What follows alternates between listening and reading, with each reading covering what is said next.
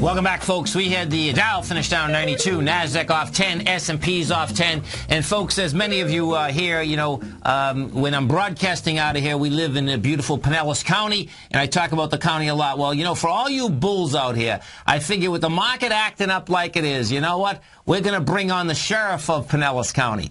Bottom line is that we get an election down here, and when we take a look at the aspect of the country, when you take a look at what's going on, whether it's budgets, whether it's what's happening in cities, this is a great time to get a heads up as to what's happening in our own county and get some feedback and what he thinks may happen in the rest of the great old United States. I want to welcome Sheriff Bob Gualtieri to TFNN. Sheriff, how you doing today? Great, Tom. How are you? I'm doing great. You know, let me ask you, what are the, you know, we live in a beautiful county. There's no two ways about that. But what are the challenges that you have, you know, particularly, you know, we're in the finance business, you know, the market the last 3 or 4 years, budgets have been bad. So what are the challenges that you see that you've already, you know, tackled, and what do you see out here in the future? Well, we've probably experienced here in Pinellas County greater challenges than anybody really throughout the state of Florida. And in the last 4 years, we've reduced our general fund budget by $108 million, so a very significant reduction. Over 600 positions eliminated, and the picture is not looking much better. The county's general fund budget deficit for FY13 is projected to be another $24 million. And one of the problem is because we're primarily funded from the general fund, which is ad valorem based, and especially with the condo market here in Pinellas County, as the property tax revenues continue to decline, we're going to see declining budgets. And with the cap on Save Our Homes and what we saw in the past, you're not going to see the rebound anymore. So. Interesting. Okay. You know, we're going to rebound in the public sector much slower than the private sector is going to rebound. So we have significant challenges because, you know, our job is to keep the county safe, and we've had to crack the mold, reset it, redefine ourselves, and figure out a new way to deliver services. And we've done it because against that backdrop of over $100 million in cuts in 4 years, crime's down by 12%.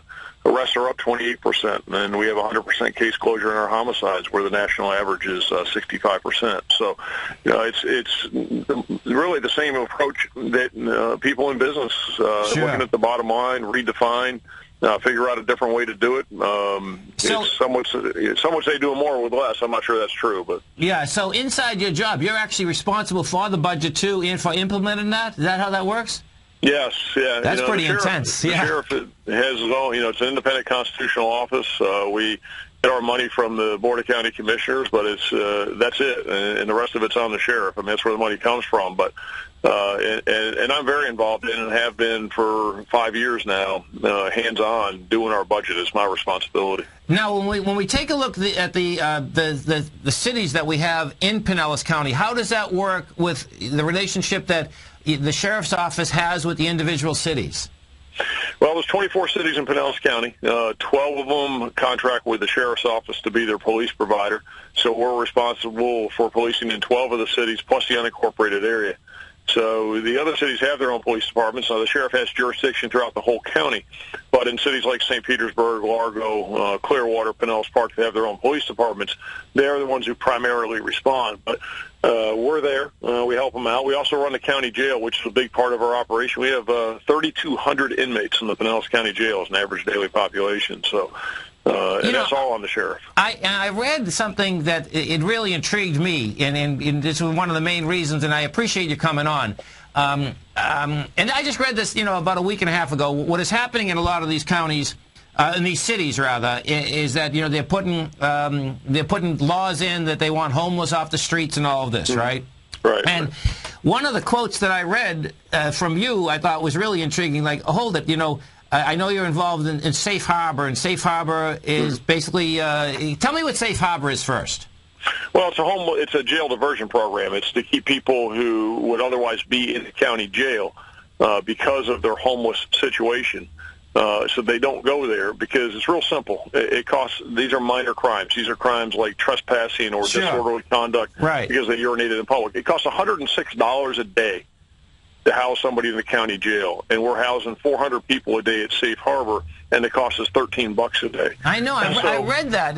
You know, after I read it, I said, why? I'm trying to figure out why the disconnect. And, you know, you were basically saying, hey, listen, you know, what I can't figure out now, what I'd love to figure out, because we're all paying taxes for different cities, why would these cities basically turn around and say that, you know, that they want, well, do they understand the dollar amount that they're actually strangling themselves with? Yeah, well, yeah, but they're not paying for it, you know. Oh, I got it. I got it. You know, that's why it's not coming out of their budget. But you know, their citizens are paying for it, the taxpayers, because the county's general fund budget, the sheriff's budget, is taxed countywide. But it doesn't. They're not. It's not coming out of their. You know, they're not writing a check for it. So that's why. I get it. That's well, you know, I'll tell you, that's a great thing you're doing down there, because we need more of them, and I know they're hard to put in any city, and that's in the whole country. We know that. Do you know what I mean? But the fact of the matter is, when you take a look at it, because if someone that loses a job, like right now today in the financial business, there's a big company that may go out of business tonight, and you know, you can be out of a job in 2 seconds, and it's not a good scene. Talk to me. You know, when I've been down here 12 years now. When I first come down here, it seemed like 5 or 6 years ago, we had the so-called pill mills all over the place. Now, talk to me about that. What's happening there?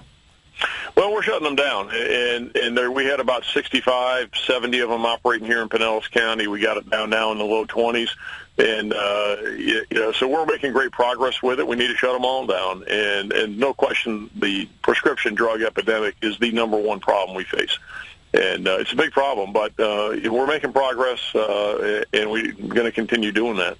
You know, it's amazing. It's amazing to me that even that whole prescription drug deal, we know the drug companies are so big, but it's like, I think, you know, many people that even taking prescription drugs, they don't think they're on drugs or something. Do you know what I mean?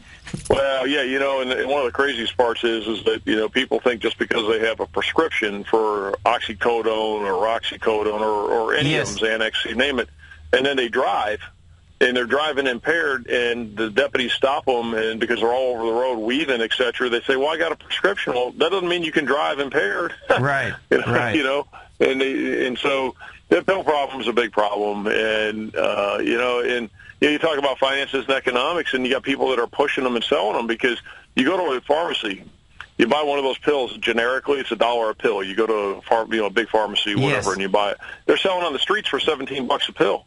That's amazing. Yeah. So you got people that are pushing them too, because they're making big money off of it, and it's a big problem. And so when actually is the election? You're in an election right now. When is the election?